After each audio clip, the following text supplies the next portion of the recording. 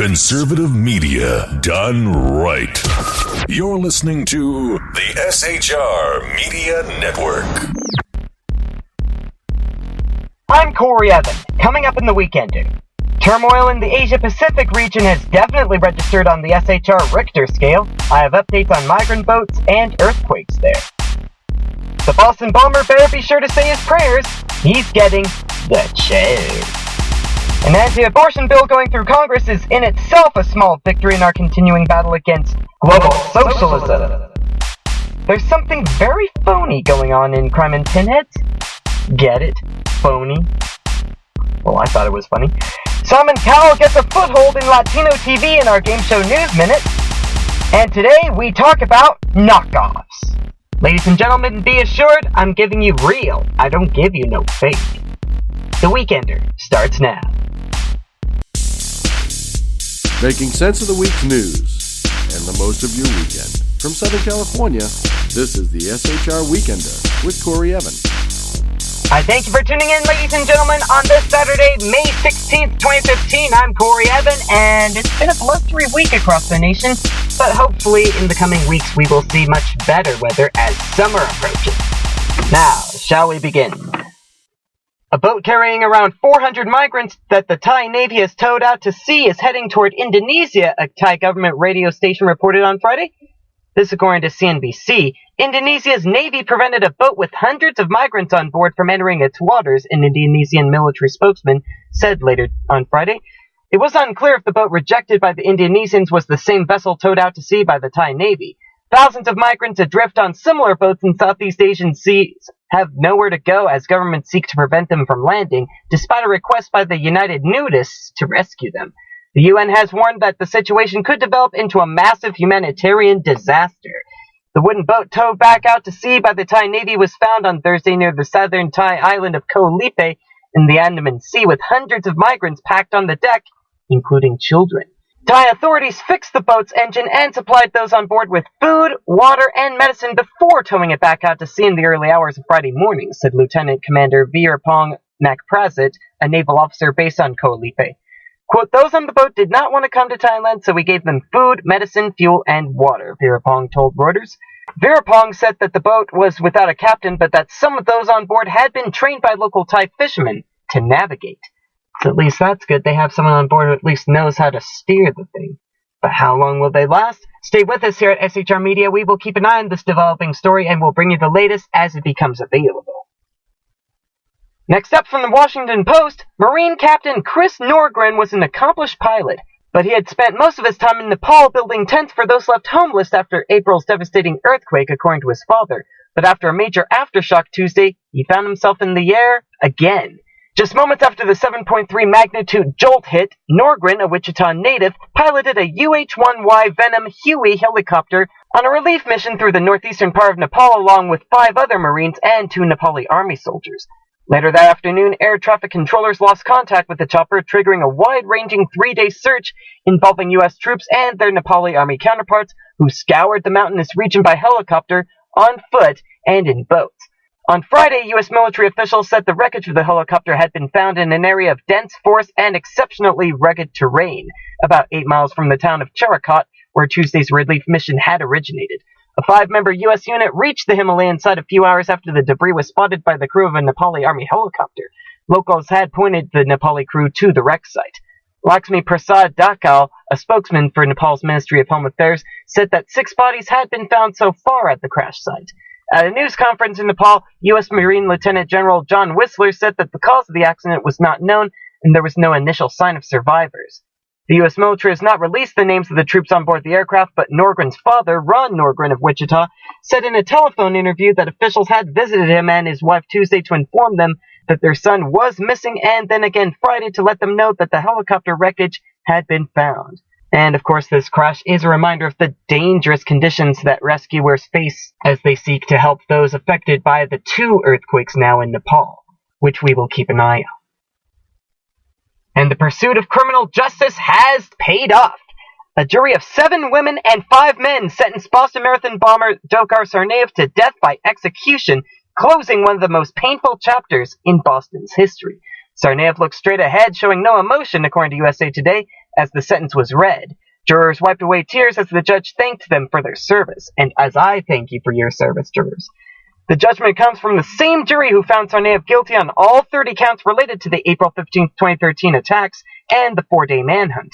The jury found him responsible for killing 4 people, seriously maiming 17, and injuring hundreds more. Reaction to the sentencing was swift, with praise for the difficult work of the jury in making a decision that many said was just. Marathon survivor Sydney Corcoran posted on Twitter that she was relieved with the decision. Carmen Ortiz, the U.S. Attorney for the District of Massachusetts, said after the decision that Tsarnaev's crime was not motivated by religion, but by politics.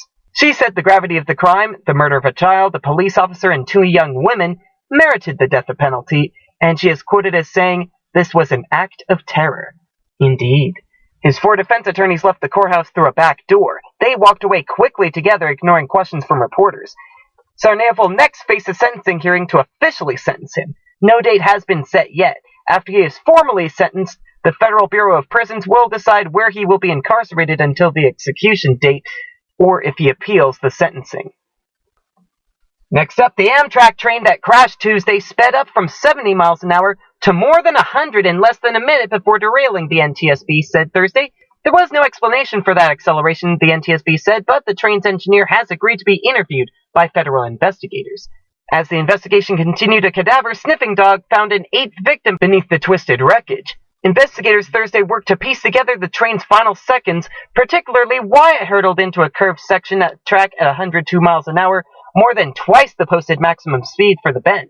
Although the engineer slammed the emergency brakes, it was not soon enough, and the Washington to New York train careened off the rails in a jumble of wrenched metal, blown-out windows, and bloodied survivors.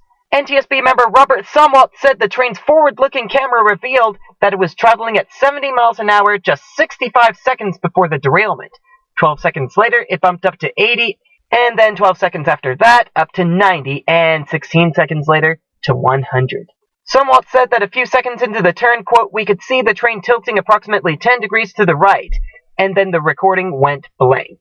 There were conflicting reports Thursday on how forthcoming the train's engineer, Brandon Bastian, had been when interviewed by police shortly after the derailment. But Somwalt said Bastian had agreed to speak with investigators in the coming days. In such cases, Somwalt said he preferred to start off posing no questions, but rather presenting witnesses a figurative blank sheet of paper and allow them to paint us a picture of what they recall. So let's hope that your questions at home end up getting answers in the end. And now with this last story, I send it over to my good friend, Bill Clinton. Thank you, Mr. Evans. George Stephanopoulos has a message to viewers. Sorry.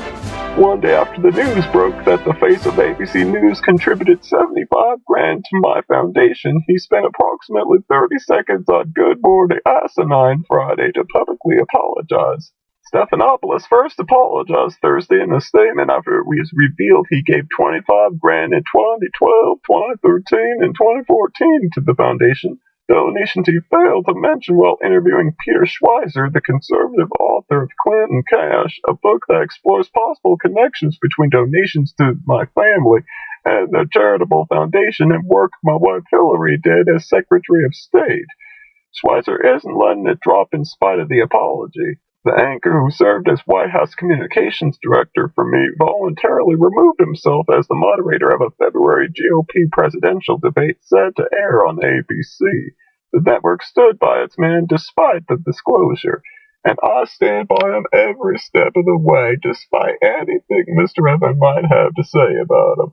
But I suppose it's time to send it back to the little boy. You take it away, Mr. Evans. Thank you, Mr. Clinton, and by the way, don't call me little boy again, okay? Sorry. You and Snuffleupagus. Never mind, I have a small victory to bring you in our continuing battle against global socialism. From the National Review, the House passed the Pain-Capable Unborn Child Protection Act, thank goodness, and thank John Boehner for once in his life. This is the bill that would ban abortions if the unborn child is 20 weeks or older. The bill was supposed to be passed by the House on January 22nd to coincide with the March for Life. This is the bill that Democrats don't want to talk about, the bill that points out how extreme their party has become on abortion. This is the bill that Hillary Clinton, back to Billy again, opposes, and that virtually every major GOP presidential candidate has endorsed. and it's the one that put Rand Paul on the offensive against the mainstream media and the DNC for their refusal to ask Democrats if they support Gosnell-like late-term abortion moves. It means, among other things, that the 2016 election will become in part a referendum on late-term abortions. Once again, the life community will have a chance to prove that the Democrats' pro-abortion extremism not only makes no moral sense, but it also makes no political sense. Ha ha ha ha, way to word it, National Review, I like the way you think. But of course, it's unlikely to pass the Senate, and if it ever makes its way to Obama's desk, he has said, I believe, I read it earlier this week, I believe, that he will veto it. Yeah. And as you know, ladies and gentlemen, technology is taking over, and many school districts are dropping cursive writing instruction from their curriculum because of the rotten core. But for children who have trouble even printing, occupational therapists are going old school and making a case for cursive. This according to CBS Sacramento. 6th grader Christopher Chance's handwriting is not necessarily a labor of love. He's worked hard to be able to write as well as he can. Just a few years ago, he freely admits his writing was a mess. He describes his handwriting as like an earthquake measurement device called the Richter scale. You know, the thing that draws a straight line on a piece of paper, and then when there's an earthquake, it shakes left and right. That sort of thing, you know. But at any rate, he started seeing occupational therapist Candace Hawkins when he was 7 years old. They did a number of exercises together, but Hawkins says the one that helped Chance the most was teaching him cursive. Hawkins says cursive has helped a number of her clients with writing issues. Research has shown the classical loopy writing helps with motor skills, cognitive development, reading, and spelling. It's even been shown to help children with dyslexia. Oh man, helping kids with dyslexia. So there you are, Common Core supporters. One more reason not to get rid of cursive. At Brookfield School in Sacramento, Dory Liggy begins teaching her students cursive in 2nd grade. Principal Joe Gonzalez knows a lot of public schools are dropping cursive with the transition to Common Core standards, but she says that was never discussed at her private school. With all of the evidence-based benefits of cursive, why it isn't required in public schools anymore is beyond me, ladies and gentlemen. Common Core state standards say students should be able to do it starting in the 3rd grade, but the Department of Education says, quote, ultimately, all decisions on whether to teach students cursive writing is made at the local level and by teachers in each classroom. That's what I say about it. But in her argument for cursive, Principal Gonzalez goes so far as to point out another thing that Common Core supporters don't support. She even points out that kids in this generation can't read the Declaration of Independence at school. What? Wait a minute here. They can't read the Declaration of Independence at school now? Our founding document is not allowed in the classroom? What, is it considered racist or something? Good grief! I was required to read the Declaration of Independence in school, so to hear that students today don't read it in the classroom? Why? So, have the people learned to respect the sanctity of life? Have teachers learned how to defeat the rot in education reform? And has Kellogg's finally sent me my Snack, Crackle, and Pop dolls? I mean, you've had 20 years to make it happen, Kellogg's! Send them over now! I'm waiting. Stay tuned for developments in our continuing battle against global socialism. After the break, how not to be a phone thief in our Crime and Pinhead segment. Simon Cowell dominates the Spanish-speaking TV, even though I don't know if he speaks Spanish, in our game show News Minute. And we have a heart-to-heart chat about knockoff products and what you can do to protect yourself from them. That's all coming up after this short break. Don't click away. The SHR Weekender will be right back. I'm Jason Miller from the Evan Miller Report. Each weeknight, I take you around the world with the latest in world news and politics, not the least of which what's going on in good old Washington, D.C. In short, I'm telling you what the government doesn't want me to. Join me, Corey Evan, and Jason Miller for the Evan Miller Report, weeknights at 8 Eastern, 5 Pacific on shrmedia.com. Also on the iHeartRadio app.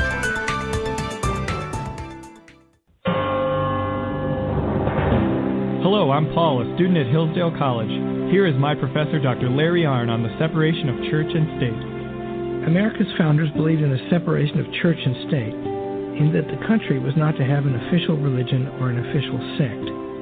But that did not mean that government was to be hostile to religion, or even indifferent to religion, as many today argue. In fact, America's founding document, the Declaration of Independence, includes both a reference to God as the author of the laws of nature and a confident assertion that human beings are endowed by their Creator with certain inalienable rights. Far from being hostile or indifferent to religion, America's founders understood the theology of the Declaration to be an essential part of the education of citizens. This Constitution Minute was brought to you by Hillsdale College. To join the national conversation on the Constitution, go to constitutionminute.org. Once again, here's Corey Evan with the SHR Weekender on shrmedia.com. That is, of course, Sackhead Sean from the Sackheads Radio Show every Wednesday night at 11 Eastern, 8 Pacific on shrmedia.com. And you might want to let Sacco out of the cage. I've decided he actually did a good job considering the situation it was over at the Eagle Forum Conference with the Weekender when we did our live show. So, I officially completely forgive him. And on that note, it's time to find out who botched their crimes this week in Crime and Pinheads. Jason Miller's favorite segment of the show, the time where we talk about criminals who did something so stupid that it was only a matter of time before I reported on them. While he might not like to think so, this British thief certainly isn't going to be criminal mastermind anytime soon. Or ever. He broke the #1 rule of Crook's Handbook. Don't grass yourself up. Aspiring street criminal Paul Knight might want to rethink his illegitimate career plan because it definitely isn't working out well for him. According to the Sunderland Echo, Knight had been trying to raise just over £500 to settle a cocaine debt when he decided to rip off a couple in March. The thief decided to make away with a woman's handbag, but not before dragging her to the ground as he tried to get his mitts on it. The victim's husband then chased Knight, but he was not able to catch him, the court heard. Unfortunately for the criminal, karma came back to sting him in the butt, and he wound up losing the costly mobile phone he stole as he legged it. But instead of muttering those timeless words, you win some, you lose some, he had what he thought was a brainwave. Instead of cutting his losses, he decided to call the police to see if somebody had turned in the stolen gadget. Bad idea, Mr. Knight. Even Knight's lawyer tried to talk down the charges by admitting that his client was, let's face it, a bit of a plonker. The would-be thief is now going to jail for 2 years while his victim stated that she no longer feels comfortable leaving the house. Way to go, Mr. Knight. Not only do you make a woman feel bad about herself, you don't even manage to keep your mitts on the gadget you took from her. Idiot! Fraudster Edward Hornsey, there's a name for you, discovered a loophole in Apple's repair-or-replace service, exploited it to make thousands of dollars, and now he's been jailed for his trouble. The 24-year-old scam worked like this. He'd advertise for second-hand phones, buy them up at cheap price, and send them back to Apple. Then Apple would replace the phone with a shiny brand new model. Hornsey would then sell the spanking new device without cause for concern. But despite checking a few of the phones against the National Phone Register to establish whether they'd been registered stolen or not, he didn't make a habit of questioning where the used phones originated. After all, to him, the cheaper the phone, the more profit he could have made. According to UK newspaper The Mirror, Hornsey returned 51 iPhones to Apple, and 45 of them were lost or stolen, apparently. But while he took advantage of this to run his scam, Hornsey wasn't a criminal mastermind. He operated out of his bedroom, used his home address on all communication, registered his own phone number, and all the proceeds went to his personal bank account. Yeah, that leaves quite a paper trail right there. And this woman has been dubbed the dumbest of all dumb crooks for this week. Marshana Harris has been awarded that because, according to latest.com, quote, when it comes to stupid credit card thievery, no one can rival the idiocy of Marshana Harris. The case of Harris started last July when she decided to go shopping with a credit card she'd taken from a stolen purse. She successfully made a number of purchases around town and then decided to pop into a beauty store. For some reason, Harris did not think providing photographic evidence of her crime was a bad thing. A month later, police followed up with the victim, who said that she had been charged for stuff at the beauty supply store. So the clerk gave police the photo, leading them straight to Marshana. Given both her smiling face, the credit card, and her rather distinctive tattoos are in full display in the photo, it was hard to argue it was not her. Earlier this month, the judge accepted a plea deal that sentenced her to 2 years of probation, 100 hours of community service, $531 in court costs, and 0 time in jail. You got lucky, punk. Next time. Dumb criminals beware, I'm watching you. And I'll see you next week in Crime and Pinheads, I assure you. And now, ladies and gentlemen, it's time for a segment I call Knock Off the Knockoffs. Now, we all know the economy has gone bad on us, and it's not making improvements at quite the pace that we would have liked to, at least not compared to previous recessions and recoveries. The street vendors in New York and some in downtown Los Angeles are taking full advantage of that with cheap goods that are actually not the real thing. And you need to be aware of these products because they're bad for your economy, and they're also bad for your health, as I've found. Like on the streets of New York or LA, you might find street vendors that have knockoff shoes. You could probably get a pair for like $5, and then you'll feel it about 5 hours later when you put them on because your feet will be mad. Or you might buy a Lightning McQueen toy, although they probably got knockoffs of Elsa and Anna from Frozen, so beware of those ones as well, because they'll often say something else on it, not Frozen, but icy or cool. I don't know. I haven't been to New York, so I can't tell you exactly, but here are a few things that you need to know about knockoff products. First of all, these products may not have been tested for safety and health reasons, meaning there could be lead paint on them, chemicals that are known to the state of California to cause bird cancer.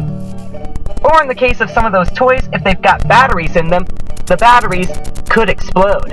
And that's a bad thing because that could release toxic chemicals and even burn kids, sending them to the hospital. You don't want to do that. And need I say anything more about the lead paint? But of course, where do all these knockoff products come from? China. And why do they do that? Well, of course, to make a fast, easy buck, and because the real materials involved in making the real thing are often scarce or prohibitively expensive. And that's why you get knockoff Gucci purses or knockoff Rolex watches. But of course, you can tell the difference because these things are tactile. The feel of them sends a message to your brain, so if you buy what looks like a Gucci purse, ladies, make sure you give it a feel because there's a difference between the soft, leathery feel of the real thing and the plasticky feel of a knockoff. And as for that Rolex watch you bought off the street, you might want to take it to an appraiser because only they know the true details of a real Rolex watch. But of course, even with my advice to stay away from knockoff products, there are folks out there who will absolutely fall for it every single time and hand over their money because, of course, they're cheaper than the real deal. In fact, toy reviewer Mike Mozart actually found a knockoff iPod which actually looked pretty much like the real deal U2 iPod that was released about 10 years ago or so. But then you open up the inners of it and it turns out it's not really Apple product. That and you don't get the clickety-click of the wheel with the classic iPods, you know? And it's because people keep buying these knockoff products that the Chinese keep making them. As a matter of fact, they even make knockoff passenger cars. Yes, full-size passenger cars are available for sale in China and around the world, actually. Maybe not necessarily in the US so much yet, but they seem to be on their way. There's a model known as the Landwind X6, which has been on sale there for a number of years, which actually underneath has the same underpinnings as the Isuzu Rodeo, or as they know it in Europe, the Opel Frontera. And how do you know the difference between the real car and a knockoff like the Landwind? Just crash it into a barrier at 40 miles an hour and it will collapse like a house of cards. And it's not just there that there's a knockoff car available for sale. In South America, I found an example called the Lifan 320, which is actually a knockoff of the Mini Cooper. And I took a look at it, and it doesn't look exactly like the real thing, but it's close enough for the banana, in my opinion. But it too failed its crash test, gaining 0 stars from Latin NCAP. So, ladies and gentlemen, beware of knockoff cars as well if they come to the US. Oh dear, we better run for the hills. In fact, if I ever see a knockoff car on the streets, I will pull my little Hyundai over, get out, and hide behind something rigid. Something that can't be knocked down with just one car. And I advise you to do the same. But of course, if you haven't taken my advice and avoided knockoff products from the get-go, here's what to do if you find yourself with a knockoff product. Number 1, isolate the product. You look inside the product, look for signs that it's not a good product to use, and give it a feel, give it a smell. And if something's not right, you might want to set it aside, and if you've got legal counsel, bring it to their attention. And most importantly, and I rarely recommend any government websites, but there's actually a government website that I will recommend just this once. That's stopfakes.gov, and I'm not being endorsed to say this, ladies and gentlemen. I recommend reporting it so that the government can do the job that it was hired to do and actually protect us and protect the owners of genuine copyright. I mean, it's one of the things our country was founded on. The right to life, liberty, the pursuit of happiness, and I believe that includes property rights. And copyright is a property, ladies and gentlemen, so look out for knockoff products and protect copyright before it's too late. And on that note, we gotta go to break, but when I come back, Simon Cowell makes his way into our game show News Minute en Espanol. I didn't know he spoke Spanish. And this week's tip of the week to help save you money on your lunch break. You're listening to the SHR Weekender, ladies and gentlemen. I'm Corey Evan. We'll be right back. In a world controlled by corrupt politicians, You got a business. That you didn't build that. a team of ordinary men emerge from the ashes to give voice to the voiceless and hope to the hopeless. Sackhead Sean. Dude, I'm not saying cow for the stupid promo. Sackhead Clint. All good friends of ours usually show up drunk. Also starring Sacco as the producer. I'm a little bit drunk, 'cause I'm drinking. They are the Sackheads Radio Show.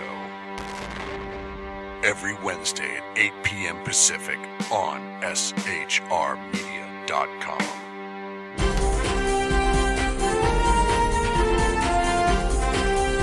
I'm Corey Evan, the Game Show Geek. Here's your Game Show News Minute for Saturday, May 16th.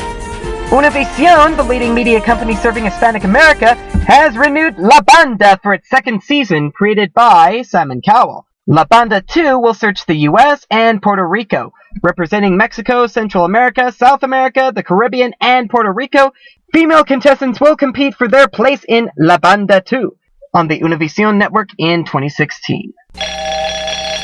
Who will be the next Travel Channel star? After reviewing over 1,000 entries from enthusiasts around the country, Travel Channel has narrowed the search to the top 15 contestants. Each with their own take on travel, these wannabe hosts bring many areas of expertise and perspective on how they would explore the world.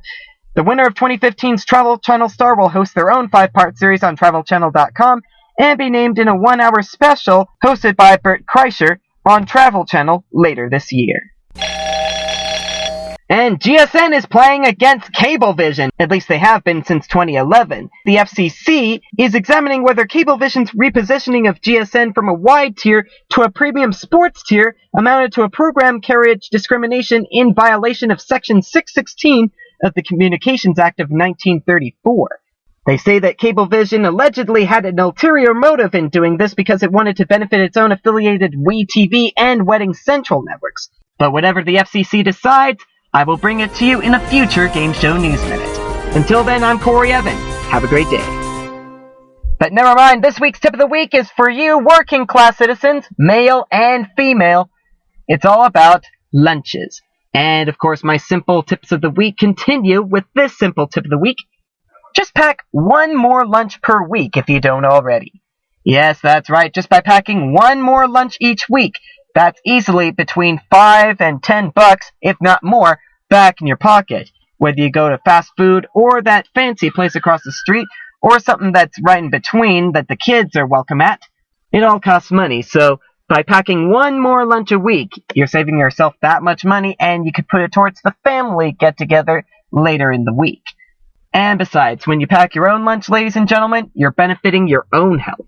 Because when you pack from home, you tend to pack healthier items, or at least items that have less salt content than fast food or even the sit-down places. So there you are, a double header for you. Boom! I love working like that, ladies and gentlemen. And on that note, that is your SHR Weekender for this Saturday, May 16th, 2015. Follow me on Facebook and Twitter. You'd be glad you did. For all of us here at SHR Media, we thank you for listening. Make it a great weekend or not. The choice is yours.